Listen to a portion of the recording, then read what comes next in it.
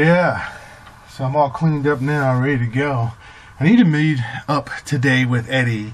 You might have remembered Eddie last night from the party. He was one of the guys that won one of the awards. I think his award was for best wrapped package or something like that. But he's an artist, and he's one of the guys I'm going to be watching the film with. So, actually there's a bunch of us sitting on a row. They're going to be watching the film at the, I keep saying Alamo Dome, but it's the Alamo Draft House. That's where we're going to be. It's a place a lot like Studio Movie Grill in that they serve food and alcohol while you watch the film, which is always a plus. But at any rate, he agreed to meet with me today. We're going to meet at the Red Pegasus, so we got to catch up because we didn't get a chance to catch up much last night at the party. And get his take on all this stuff, see what he's doing to not spoil the anticipation and getting ready and all that good stuff. I don't know. It's just a geek world. Whoa, Eddie, what's up, dude? Not much, man. How's it going, bro? I'm doing good. Good to see you. Long time since what? Last night? We're gonna do that. You're breaking, you buy it, right? Don't want to do that. I'm broke right now, so I don't need to be any broker. Well, last night you were winning all the prizes at the Dollar Tree, Dollar Store. Dollar Store Christmas? Yeah. The Dollar Store Christmas, Jedi Cole's annual famous Dollar Store Christmas was last night, and you were there, and a lot of familiar faces. Russell, the Toyminator, made his appearance, and yeah, it was fun. So, yeah, I guess I won the two prizes. The one was the most creative, and I took the post office boxes, and I created like this Christmas themed, chimney, fireplace in the chimney. We had the gift inside, and then the other one was the tackiest gift, or it was the thongs. But Oh, that kind of makes sense though. It's funny because it's like we're looking for the weirdest, craziest, tackiest thing. Yeah. Evidently, you won twice in that category. That is correct. That is correct. I've won before, and when it comes to tacky, I know my business. So, is this your first time at Red Pegasus? It is, man. It's the first time I came in. Thank you for meeting with me today. Because you know, when it comes to like hanging out in like fandom themed places, Red Pegasus is the place to be. Oh, absolutely. Like that's not a plug, but it is a plug. Yeah, no, it's all good. It's all good because once we're done here, we got to spend at least $100, right? Oh yeah, right. You got to spend at least $100. So. You got to support small business. It's all about that. You know? Always about small business. That's right. Yeah, it's a cool place and very Star Wars friendly. There's been many times where I've walked in here and there's been Star Wars conversations going on. So, which is a great segue because that's what I wanted to ask you about. All right. That's why I asked you to come meet me out here, is because I'm filming. I've been filming now a while, 7 days to The Force Awakens, and I got to get everybody's perspective to see. Now you're an artist. You've been doing. You do commission stuff. You do the Comic Cons. You do all that stuff. Yeah, so, I dabble in everything. Yeah. Yeah. So I mean, what is it about? I guess in terms of Star Wars, I mean, what do you like to draw, or what's the best thing you've been commissioned, or funnest thing? Oh man, there's been so many. I mean, I guess like professionally, I've been doing this for about, I don't know, since 2002, and I think one of the most off-the-wall Star Wars pieces I've been commissioned to do lately is the one I'm working on now, and it's Darth Vader. The piece is called Vader and the Cruisers.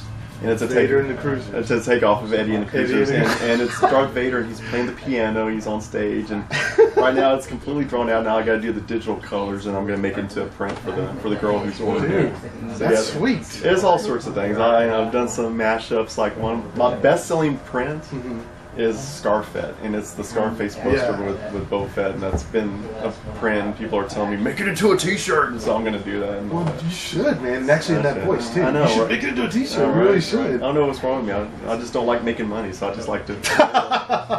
No, but Star Wars has been very influential on me as an artist. I mean, back in 77, I'm going to date myself, but back in 77 I was 4, and it was like, it blew my mind, it was just, so like growing up I was always drawing, like I'd always lay on the floor and with the comic section of the newspaper and draw the comics, and so Star Wars was like a big influence on me as an artist. I remember getting the Marvel comics and just getting into those so much, and like some of the art, I don't recall all the artists that worked on it, but I know Howard Chaykin obviously was there at the beginning, and later one of the artists that influenced me quite a bit was Walt Simonson.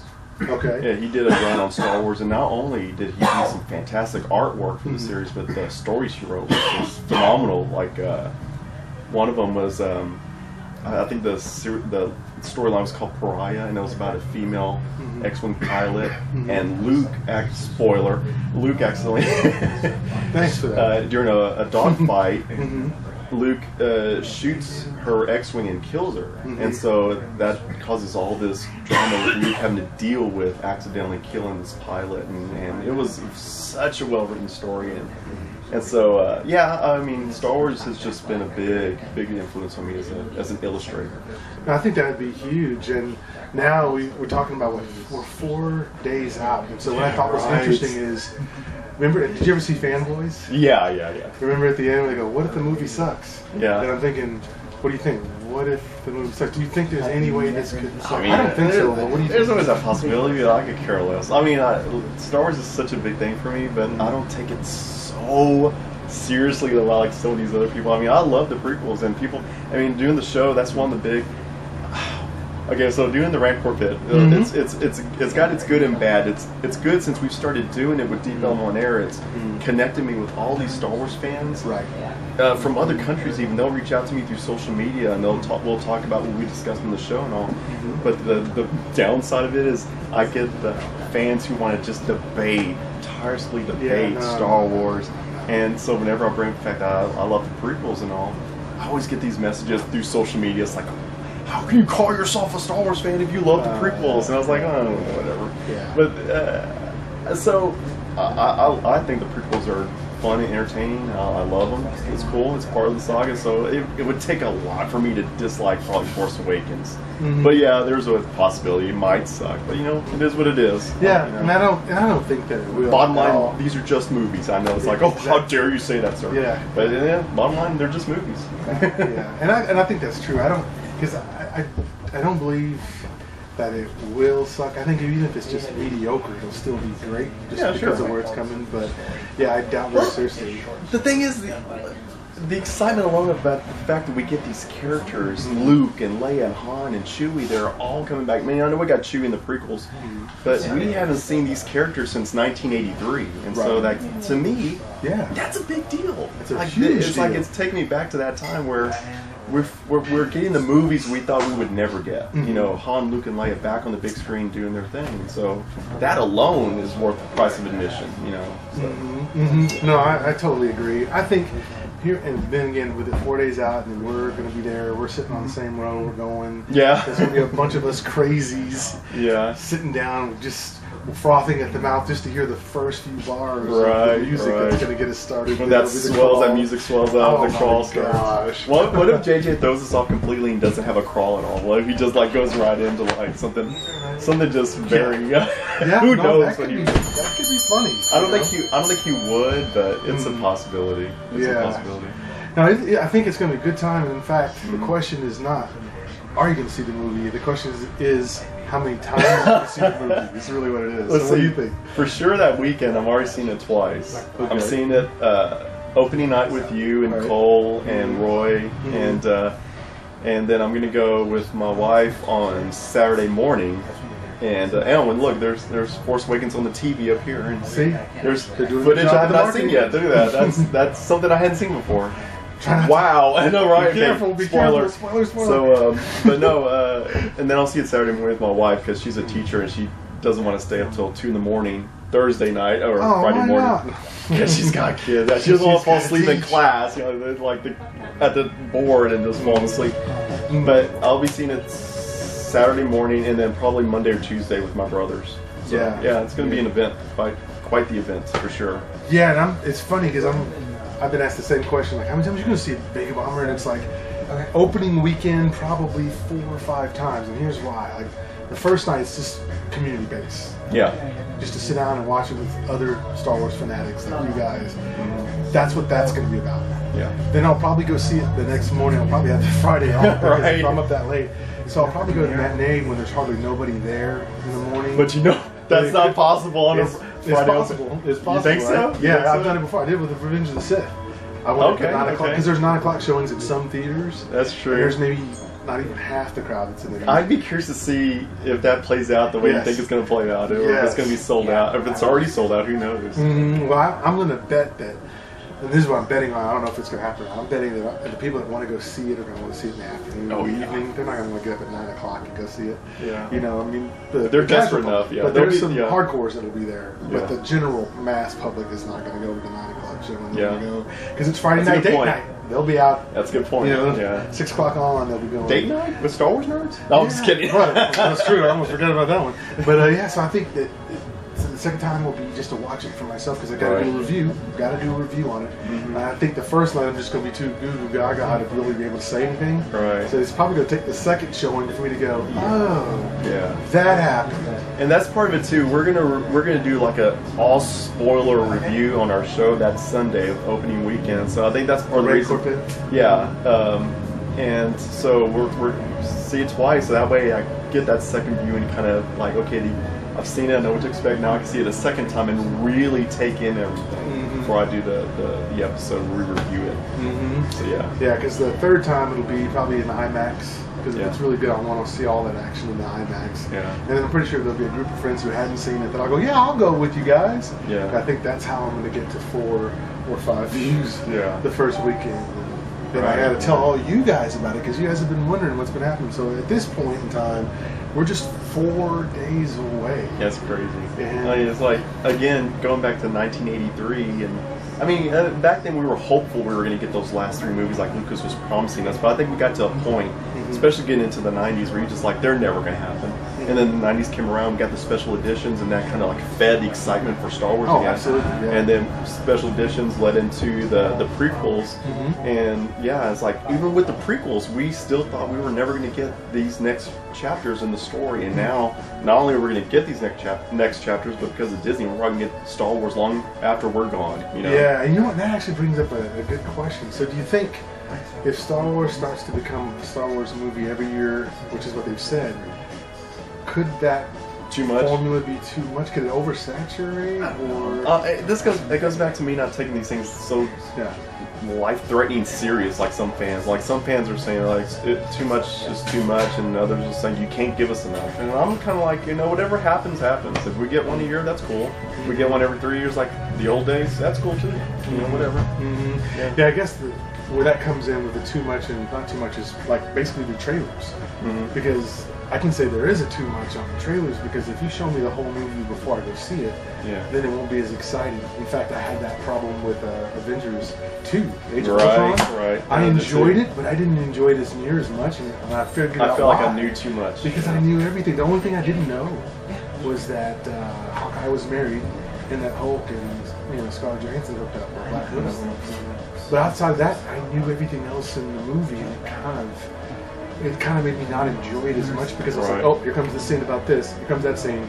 And then I figured it out. I was like, I bet you Vision's going to pick exactly. I did the same thing. I was kind of piecing it together. Yeah, and I was just like, oh. Well, with Force Awakens, they haven't done it, which is great. Yeah, it hasn't. Plus, JJ is so big on the mystery box. Thank you, JJ, for that. That goes all the way back to his Alias days. It's like he kept us guessing all through Alias about what, this, that, and the other, and the Renvaldi artifact and all that mess. And so he did the same with Super 8 and all that. So I think he's very good at keeping. He lets out just enough to the audience to whet their appetite and get them interested. Yes, and that's a good point. That is the big difference between the way Marvel did it and the way that Disney's doing it with The Force Awakens. Like right now, there's a lot of trailers. I'm going to stop watching them after a while because I really don't want them. But I can say this, even with all the trailers I have seen, I still don't know what's going to happen in this movie, and that is great. I got to ask, what do you think the deal is with Luke not being in the previews? You know what? That's actually a great question, and here's why. Because when you think about it, if you're going to pick up from where Return of the Jedi left off, the big question to answer is, well, who's Luke? Because remember, he shows up and he's in all black, like a Sith would be, but yet he's not. Yeah. And then he's the only Jedi that didn't go to destroy a Sith, but went to try to turn him. He doesn't try to kill Darth Vader. Good point. He tries to turn him. Yeah. And then when they thought, like when he was really starting to go to town, he was really tearing him, Vader up. Well, it's because he was really looking forward to those father-son picnics. That Right. That didn't work out too well. So I think the great thing about not showing Luke is that's exactly what it is. Because what would he be like 30 years after the fact? I mean, as far as he knows, there's no more Sith. Mm-hmm. His dad died. Yoda died. Ben Kenobi died. Everybody Spoiler. taught him about the Force is dead. Yeah. So that shouldn't make him this happy camper guy. Yeah. Really, it should make him a recluse, just like the way Obi-Wan was. True. So I think that's the great way to frame this thing. Yeah. Is by saying, who is Luke Skywalker? Yeah. So I think it's great that I definitely don't think he's Kylo Ren like everyone could. Oh my gosh. Because everyone's like, I mean, number one, my thing, well, one guy told me after we did one of the shows is like, okay, you don't believe that he's Kylo Ren because, Adam, whatever his name is. Adam Driver, Yeah, there you go, is the actor playing him. Mm-hmm. And he goes, but if he was Kylo Ren, how would you explain it away? I was like, the only thing I can think of that would make sense is that they're just lying to us that Adam Driver really is the actor playing Kylo Ren, but I think that's just too much. I think people are just trying to read into it way too much. He's not Kylo Ren. He's not, Jar Jar Binks isn't Kylo Ren, because I know I made that joke, but you think about it, Kylo Ren's mask kind of lends itself to that Gungan look, because it's got that... and now the other theory shows it's right, I think it's more likely it's Jar Jar instead of Luke. So.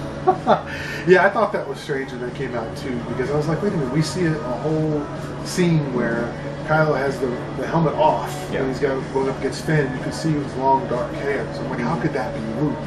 But then someone was, but the whole argument was just that, JJ's faked people out before, so maybe he's doing it again. And I'm like, maybe he doesn't have to, because there's so much mystery to begin with. Exactly. There is no faking out to do. Yeah. Because this story could go anywhere. Yeah, and I hope it goes somewhere where none of us are expecting. I don't want, and that's why I'm glad they got. I mean, I love the expanded universe novels. I mean, to me, they'll always have a place in the Star Wars mythos. But I'm glad they did away with all that before going into the new movies, because we don't need to know. We don't need to connect the new movies to Thrawn or Mara Jade or anybody else. Exactly. I'm glad they're just going in fresh. That way, nobody knows what to expect with these new movies. So, and I think that's the recipe for success. And so now, what do you think? Do you think that the Force Awakens will catch Titanic? Do you think it'll catch Titanic in terms of revenue? I don't know, man. You kill off Leonardo DiCaprio, you give the audience what they want. Of course that's a blockbuster right there. But no, I don't know. It's hard to tell. And that's one of the things people ask a lot too. Is like, you think it'll become the highest grossing movie of all time? I was like, well, technically, Titanic's not the highest grossing when you adjust for inflation. It's Gone with the Wind, right? That or probably Gone with the Wind, yeah. So it's like it's not even Titanic. So it's like, nowadays it's easy to become top dog because ticket prices are twice as they were now as they were when Titanic came out. Yeah, and 3D IMAX and all that. Yeah, so you're throwing all those in. So it's hard to say it's going to be the highest grossing movie. So you always have to adjust for all that other stuff. That's true. And then Avatar is the top grossing movie right now in terms of the first one to hit $2 billion and whatever and all that. Yeah. So I was wondering if it would catch Titanic. I think it'll catch Titanic, and then I think it might catch Avatar. It'd be great if it does, though. It would be cool, and I mean, and again, a lot that's important to a lot of fans. But to me, it's like whatever. It's like it would be cool, but it's bragging rights as a Star Wars fan. But at the same time, it's like as long as I get to sit and watch the movie and enjoy it, that's all I care about. And at the end of the day. See, and I think that's a great question to end with. So, in this movie, let's just say we're going to fast forward to Thursday night now. We're going to go see it. What's the one thing that you need to see in this film for you to go, yes? Oh, without a doubt, Ewoks. What? Oh no. I want to see my furry little friends back. Give me Ewoks. No. No, I don't know. I want to see Luke Skywalker just be a total badass. I mean, just like when you... and I know the EU is not a thing to influence the movies, but I think about the Luke Skywalker we got in the new Jedi Order books, and man, that's the Luke Skywalker I want to see in this movie. And of course Han and Leia and all the rest. I just want to see those familiar faces again that we haven't seen since 1983. I'm more excited about that than I am what we might do with the story, honestly. Yeah, it doesn't take much to entertain me. So. Yeah, well, no, I think I'm going to scream a lot when I see Chewbacca. Yeah. And if they are you going to do it in your Wookiee growl? I might. I just might. I might even have to dress up for this just because of the whole thing. I don't know. People are going to do that, but I think I want to see that. And the money shot. The absolute money shot of JJ, in case you're trolling the internet on YouTube, the money shot is the bones of Jar Jar Binks at the very end of the movie. That would be great. I'd love that. I'd love that. Oh, Jar Jar Binks. Come on! You would say he was a great character? He wasn't a great character. He wasn't great, but I like Jar Jar personally. Well, there you go. I had one guy he came at me like with daggers and everything, online daggers. Yeah. But he said, I am done with your show. I'm not going to watch it again because I'm tired of you making excuses for the prequels and making excuses for Jar Jar. And I was like, see ya. It's like, well, I think the thing is, it's like this. You know, it's kind of like, so we're in Dallas. I'm a Cowboy fan. The Cowboys are not good, and I can say that. Yeah, right. It's not saying that the Cowboys are horrible. I'm still a fan. Yeah, exactly. I still go. I still watch. In fact, they're playing the Packers today. I got it recorded. I love them. But they're not, I can admit, they're not good. They're not good right now. And I think that should be the same thing with movies. Yeah. We don't have to love everything in the film because we want to make everybody happy. Screw that. I love the people that have an opinion. They go, you know what? I don't like Jar Jar. And they should be able to say that just as much as someone should be able to say, I love Jar Jar. Yeah. That both opinions should be able Love's to a strong word. Let's not. I didn't say I like Jar Jar. Backpedaling now. Love is a strong word. Yeah, but I just think because everybody always talks about in the Marvel films, they can't wait to see Stan Lee's cameo or whatever. And some people are tired of that, right? But think about this: how fun would that be? A great tip of the hat, if at the very end they pan down, all of a sudden you see these bows that look like. I mean, it would just, if anything, it would just let us know that JJ knows, and it's just kind of a nod, wink, wink thing. And I think it would be funny more than so much that I. So you want to see them pan down, show the bones of Jar Jar, and then credits. Yeah, or it's the after credit scene where right when people are listening to this great John L. Williams music, and all of a sudden. One more scene opens up and you see him pan across. I don't think and all of a sudden he goes to the ground, and then I would just love it. But again, that's just fan service. I don't know if they're gonna. I don't think they're gonna do after credit scenes for Star Wars movies. They're not. I think that's too much of a modern thing. In Star Wars, they're trying to keep it too timeless, and I think that's a trend that they're not gonna. Yeah, they're not gonna do it. But I'm just saying, if they did do it though, that would be something I'd probably be throwing. I'd go, yeah.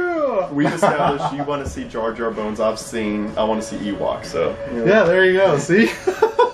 But the Star Wars universe is big enough for all types of fans. So whether it's hashtag Team Ewoks or hashtag Team No Ewoks, either way, the universe is big enough for all of us. Well, there you go. That's pretty much it. This is that's it. 4 days. So what are you gonna do? I guess you just go to work like normal, and then that night. Yeah, we're just gonna show up and then I'm just kind of going about my own business and doing my work and stuff. I am allowing myself to geek out a little bit on the Star Wars thing. Like everyone else, I watch movies all the time anyway. But I'm gonna do a marathon at some point. But I'm reading the book. One of the books I'm reading right now is the Han Solo book, Smuggler's Run. I'm reading that right now, and I'm reading some of the Marvel comics. And in fact, I'm gonna pick up a few here today at Red Pegasus to continue that. But yeah, I'm just kind of geeking out on the books and comics until the movie comes out. So yeah, I'm geeking out. You know this. I'm geeking out with the cards. Me. Those new top cards, Force Awakens. You got me addicted on those. Those things are fun, and Carlos got me addicted to them. I collected those back when I was a kid in '77, and now with them doing that nostalgia look to it, they're awesome. But anyways, you guys look it up. You'll see that those cards are fun. They're awesome. I'm hooked on those. Well, we're gonna have. I'm sad they're not 40 cents a pack like they used to be. But yeah, and they don't have a stick of gum. You know that gum that turns your tongue white because it has so much powder on it to keep it from sticking to the cards. Yeah, they don't have that. But that's okay. They do have patches, stickers, and autograph cards, which we did back in the '70s. Right. Eddie, thank you for meeting me up here today at Red Pegasus. And, I guess we got some shopping to do now. Yeah, if you're at DFW and you have not been here, come on. That's right. Come on. What's wrong with you? Get down here. Get down here and do some shopping. That's right. Ask for Gabriel, and he'll hook you up. Or Kenneth. Yeah. Or Kenneth. And they'll hook you up. That's right. That's right. All right, I'm going to go get my shop on. All right, I'm going to get back to perusing this awesome Star Wars merchandise they have here. Yes. Yes.